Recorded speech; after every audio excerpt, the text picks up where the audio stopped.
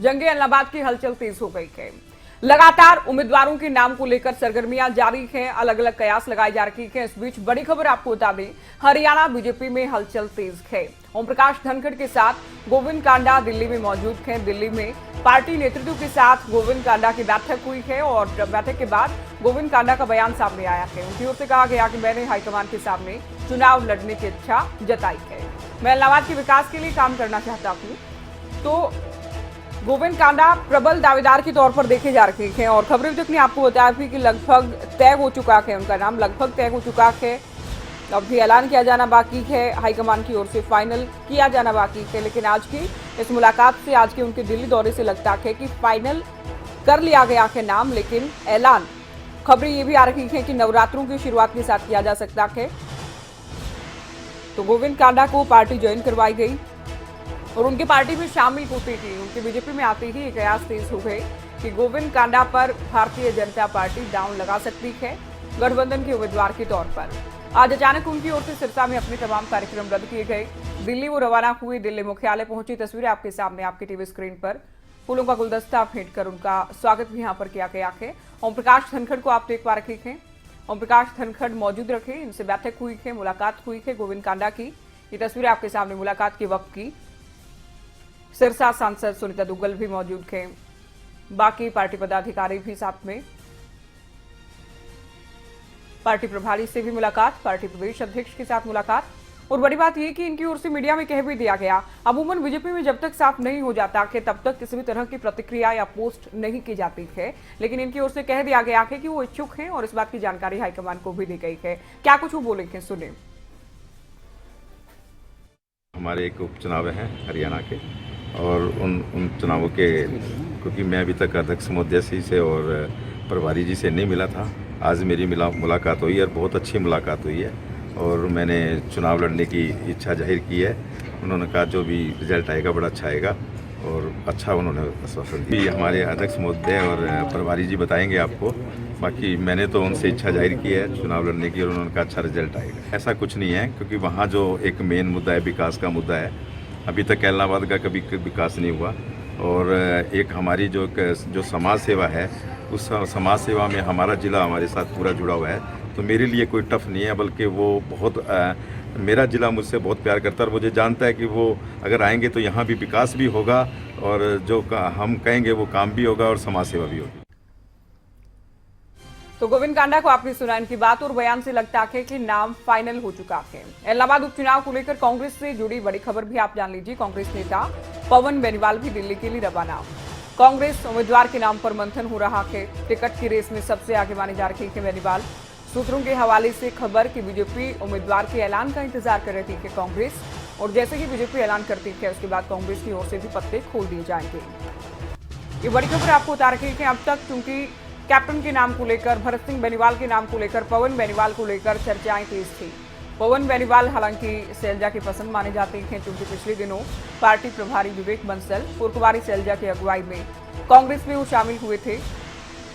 और जो मीटिंग हुई है, अब तक की जो फाइनल मीटिंग है, उसके आधार पर हम कह सकते हैं कि सैलजा की पसंद चलने वाली है। बंसल की ओर से भी कहा गया कि सैलजा तय करेंगे नाम, उसके बाद हाईकमान को भेजा जाएगा, हाईकमान फाइनल मुहर लगाएगा और उसके बाद ऐलान कर दिया जाएगा। तो गोविंद कांडा पहुंचे, बीजेपी मुख्यालय पहुंचे, पार्टी नेताओं से मुलाकात की गई, चुनाव लड़ने की इच्छा जता दी गई है। विकास का दावा भी वो करते नजर आए, जो कि अमूमन एक उम्मीदवार ही करता है। अब पवन बेनीवाल भी दिल्ली के लिए रवाना हो गई है। चलिए, हमारे संवाददाता नकुल जसूजा सिरसा से और हमारे संवाददाता जितेंद्र चौधरी हमारे साथ लाइव जुड़ गए हैं। नकुल, सबसे पहले कांग्रेस को लेकर बात करेंगे। पवन बेनीवाल दिल्ली के लिए रवाना हो गए हैं, क्या की जानकारी?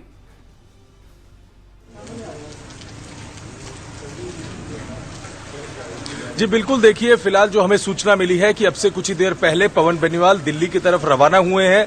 सुबह सबसे पहले हमने ही जानकारी दी थी कि गोविंद कांडा सिरसा से दिल्ली की तरफ रवाना हुए हैं, जो बिल्कुल सच साबित हुआ। गोविंद कांडा दिल्ली पहुंच गए हैं, बीजेपी मुख्यालय में उन्होंने मुलाकात की। खबरें अभी तक की खबर पर मोहर लगी और आज बताया जा रहा है कि टिकटों को लेकर जिस तरह से गोविंद कांडा ने अभी बाइट प्ले हो रही थी, जिसमें यह कहा कि वो खुद चुनाव के इच्छुक हैं, चुनाव लड़ना चाहते हैं, लेकिन हाईकमान ने यह तय करना है, तो वो तय होगा। यहाँ सबसे बड़ी बात ज्योति यहाँ ये देखने को मिल रही है कि कांग्रेस इंतजार कर रही है कि बीजेपी कौन सा कैंडिडेट उतारती है। बीजेपी के कैंडिडेट का नाम तय होते ही कांग्रेस अपने कैंडिडेट का नाम डिक्लेयर कर देगी। यहां जिस तरह से आप कह रहे थे कि कुमारी शैलजा की टिकट बंटवारे में ज्यादा चलने वाली है, तो इसलिए हम कह रहे हैं कि पवन बेनीवाल का नाम जो है वो रेस में सबसे आगे है, क्योंकि पवन बेनीवाल को कुमारी शैलजा ने ही कांग्रेस में ज्वाइन करवाया था पिछले महीने और उनकी दावेदारी सबसे प्रबल मानी जा रही है। और दिल्ली उनका जाना ये एक बड़ी बात है कि वो दिल्ली जा रहे हैं। दिल्ली शायद हो सकता है कि उनको बुलाया गया हो, हालांकि ये सूचना नहीं मिली, हमें इतनी जानकारी जरूर मिली है कि वो दिल्ली निकले हैं अब से कुछ ही देर में। लेकिन यहाँ सबके बीच यही बात निकल कर आ रही है कि बीजेपी टिकट जब अनाउंस करेगी उसके तुरंत बाद कांग्रेस भी ऐलान कर सकती है। जी ज्योति। बिल्कुल, आप बने रही नकुल। जितेंद्र, गोविंद कांडा को लेकर सबसे पहले खबरें तक ने बताया था कि उस पर गठबंधन के उम्मीदवार के तौर पर बीजेपी दांव लगा सकती है। अब उनका दिल्ली जाना, अचानक से पार्टी मुख्यालय पहुंचना, पार्टी के बड़े नेताओं से मुलाकात करना और ये भी कह देना कि मैं इलेक्शन लड़ना चाहता हूं, ये कहीं ना कहीं हमारी खबर पर मुहर भी लगाता है। हालांकि ऐलान का इंतजार अभी करना होगा।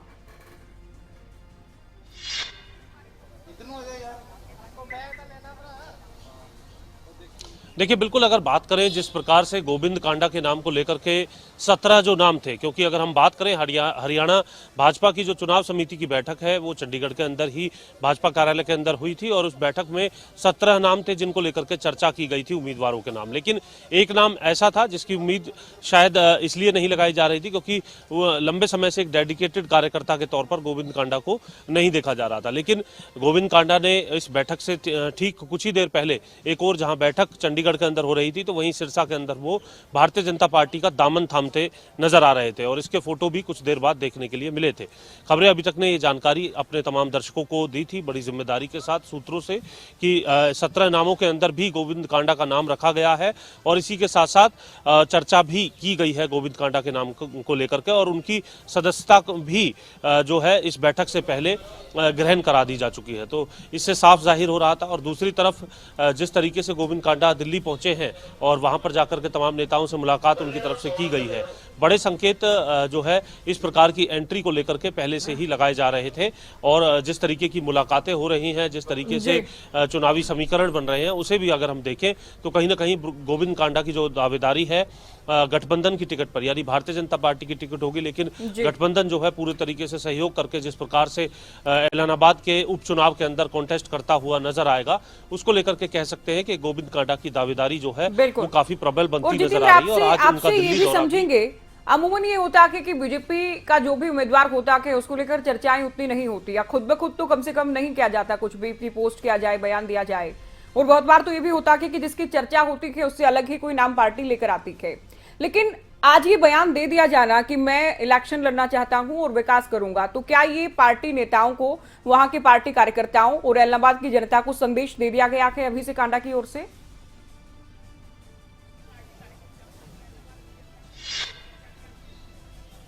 देखिए ज्योति, एक बात साफ है, जिस प्रकार से गोविंद कांडा की एंट्री हुई है और एंट्री होने के बाद उनका टिकट की चर्चा में नाम आना और अब कहीं ना कहीं अपनी दावेदारी खुद ऑन कैमरा जो है जिस तरीके से गोविंद कांडा की तरफ से जताई गई है, इससे साफ जाहिर होता है कि ये पूरा समीकरण जो है चुनाव को देखते हुए नहीं बल्कि चुनाव लड़ने को देखते हुए बनाया गया है। और इसी को लेकर के उनकी जो एंट्री है वो भारतीय जनता पार्टी के अंदर कराई गई है, जिसे देखते हुए कह सकते हैं, जहां तक बात की जाए जिस नाम की चर्चा ज्यादा होती है, ऐसा भले ही हो सकता है कि जब कार्यकर्ताओं के नाम की चर्चा या फिर चुनाव लड़ने के इच्छुक प्रबल दावेदारों की जब इच्छा की बात की जाती है तो उसमें कई नाम जरूर देखने के लिए मिलते हैं और एक अलग नाम जो है वो सामने आता है। लेकिन जब किसी दूसरी पार्टी से या फिर जो कार्यकर्ता जो है डेडिकेटेड कार्यकर्ता पहले से ना रहा हो और उसकी एकाएक एंट्री होती है, तो हमने देखा है 2014 में भी किस तरीके से एक एक दिन पहले कई ऐसे नेता हमने देखे जिन्हें एमपी का चुनाव लड़ाया गया, एमएलए का चुनाव लड़ाया गया, दूसरी पार्टी के तमाम नेता थे और उनकी एंट्री जो है कुछ घंटे पहले या फिर एक दिन पहले जो है हुई थी और उसके बाद उन्हें टिकट दे दिया गया था। और गोविंद कांडा के सिनेरियो में भी अगर हम देखें तो एलानाबाद के उपचुनाव को लेकर के जिस प्रकार से उनकी एंट्री की गई है और जिस प्रकार से उनके नाम को लेकर के चर्चा चर्चा है, इससे साफ जाहिर होता है कि कहीं ना कहीं ऐलानाबाद के रण में गठबंधन की तरफ से भारतीय जनता पार्टी की टिकट पर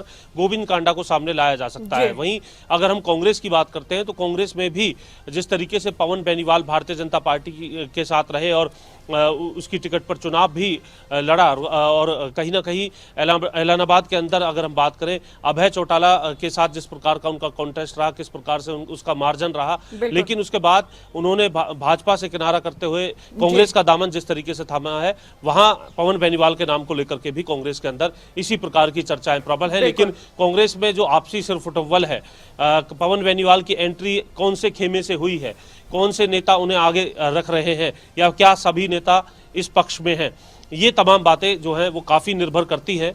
हालांकि कांग्रेस का हमेशा ये कहना होता है कि जिताऊ कैंडिडेट पर वो दाव लगा रही है, लेकिन कहीं ना कहीं आपसी खेमेबाजी में कई बार ऐसा देखने के लिए मिला है जब इस तरीके का जो जिताऊ कैंडिडेट है वो कहीं ना कहीं इस आपसी गुटबाजी के कारण पिछले पायदान पर होते हुए नजर आता है। जितेंद्र, आपने और कई बार पार्टी को नुकसान भी इस चीज का उठाना पड़ा कि नकुल अभी अगर मगर की स्थिति है पार्टी उम्मीदवारों को लेकर, लेकिन आप ऐलानाबाद के बाई इलेक्शन को बेहद करीब से देख रहे हैं, आपको क्या लगता है अगर हम मान लें कि गोविंद कांडा आते हैं गठबंधन की ओर से, पवन बेनीवाल आ जाते हैं कांग्रेस की ओर से, अभय मैदान में है ही, तो जातीय समीकरण के साथ साथ किसान आंदोलन का जो फैक्टर है उसका क्या कुछ असर आप देखते हैं चुनाव में इन उम्मीदवारों के प्रदर्शन को लेकर?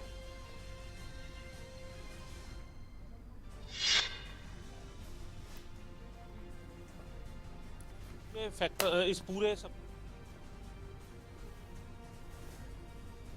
गोविंद कांडा को जिस तरीके से वो इस चुनावी मैदान में और खासतौर से ऐलानाबाद जैसी सीट से अगर वो लेकर के आते हैं तो वोटों का जो ध्रुवीकरण है वो किस प्रकार से हो। एक और जहां जाट जाति से जहां चौधरी अभय सिंह चौटाला होंगे तो वहीं पवन बेनीवाल भी होंगे। एक और उम्मीदवार की भी जो जानकारी है वो इस प्रकार से मिल रही है कि उसको प्रोजेक्ट किया जा सकता है इसी जाति से संबंध रखने वाला, जिससे कि वोटों का ध्रुवीकरण होगा और गोपाल कांडा को फायदा पहुंचाया जाए, इस समीकरण को बनाने की कोशिश की गई है। लेकिन अभय चौटाला जिस प्रकार की से अपने क्षेत्र के अंदर छवि रखते हैं, अपने जो क्षेत्र के लोगों के लिए जिस प्रकार से वो हमेशा जुड़े रहते हैं, इससे साफ जाहिर है कि इतना आसान नहीं होगा अभय के इस किले को भेद पाना, क्योंकि इससे पहले भी कई बड़ी लहर रही है, उसके बावजूद भी अभय चौटाला की ये सीट जो है वो बरकरार वहां पर नजर आई है। और अभी की स्थिति में जिस प्रकार से आपने ठीक कहा, किसान आंदोलन के चलते इस्तीफा जो दिया गया था उसको लेकर भले ही गुरनाम चढ़ूनी का एक बयान देखने के लिए मिला हो कि अभी जो है तीनों कृषि कानून रद्द नहीं हुए हैं, किसानों की समस्या हल नहीं हुई है, तो ऐसी स्थिति में अभय चौटाला को मैदान में नहीं आना चाहिए। लेकिन उनके क्षेत्र के अंदर अगर हम बात करते हैं, आपने ठीक कहा, लेकिन क्षेत्र की जो आबो फिजा है वो इस बात को मान रही है कि कहीं ना कहीं किसानों की बातों को उठाने को लेकर के और किसानों के हक में लड़ाई लड़ने को लेकर के अभय चौटाला जिस तरीके से आगे बढ़े हैं, इसलिए उनका जो साथ है वो देते हुए नजर आएंगे ऐलानाबाद के लोग। और दूसरी तरफ पवन बेनीवाल भी लगातार कॉन्टेस्ट करते नजर आए हैं। ऐसी स्थिति में सिंपैथी वो गेन कर पाते हैं या नहीं कर पाते, क्योंकि जिस तरीके से शिकस्त का सामना उनकी तरफ से करना पड़ा है तो उन्हें इसका कोई फायदा मिलता है या नहीं मिलता, ये भी ऐलानाबाद की जनता को जरूरी रहेगा। ठीक है जितेंद्र, आपने नकुल इससे पहले आपने बताया था कि भरत सिंह बेनीवाल जो है वो बाई इलेक्शन के ऐलान के साथ ही, नोटिफिकेशन जारी होने के साथ ही काफी एक्टिव हो गए, काफी कॉन्फिडेंस में दिखा कि टिकट लेकर आएंगे। आज जबकि पवन बेनीवाल दिल्ली के लिए रवाना हो गए हैं तो उनके खेमे में किस तरह की हलचल है और पार्टी को गुटबाजी को लेकर किस तरह का नुकसान उठाना पड़ सकता है अगर कंट्रोल नहीं कर पाई तो?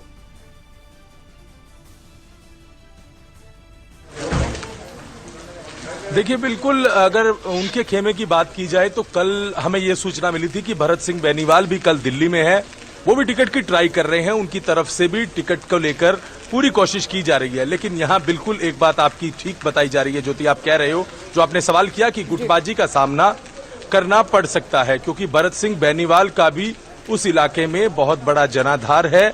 भले ही वो कांग्रेस से चुनाव लड़ते हैं, वहां पर कांग्रेस के वोटर्स भी ज्यादा हैं, लेकिन उनका खुद का जो जनाधार है वो भी ज्यादा है।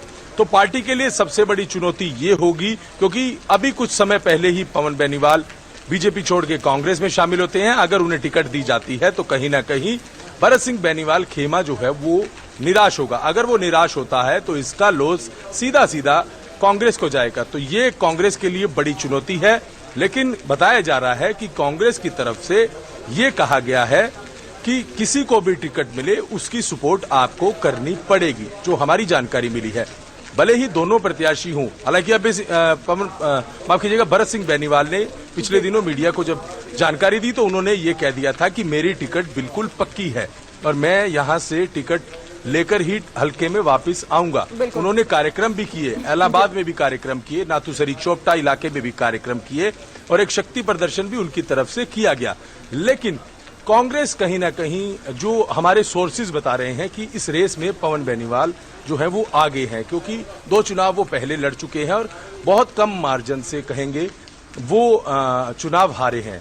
तो हो सकता है कि इस बार पवन बेनीवाल को टिकट मिल जाए, लेकिन सबसे बड़ी चुनौती यहाँ पर कांग्रेस के लिए यही होगी कि अगर एक खेमे को टिकट मिल जाती है, दूसरे खेमे को टिकट नहीं मिलती, तो कहीं ना कहीं विरोध, गुटबाजी कांग्रेस को देखनी पड़ सकती है। जी नकुल आप नजर बनाए रखिए और जितेंद्र आप भी, चूंकि सबसे पहले अंदर की खबर सभी दलों से जुड़ी आप लोग पहुंचा रखी है दर्शकों तक, बेहद शुक्रिया। फिलहाल ये जानकारी आपने दी। तो खबरें तक ने बताया कि आज का दिन बेहद अहम रहेगा इलाहाबाद की जंग को लेकर, उपचुनाव को लेकर।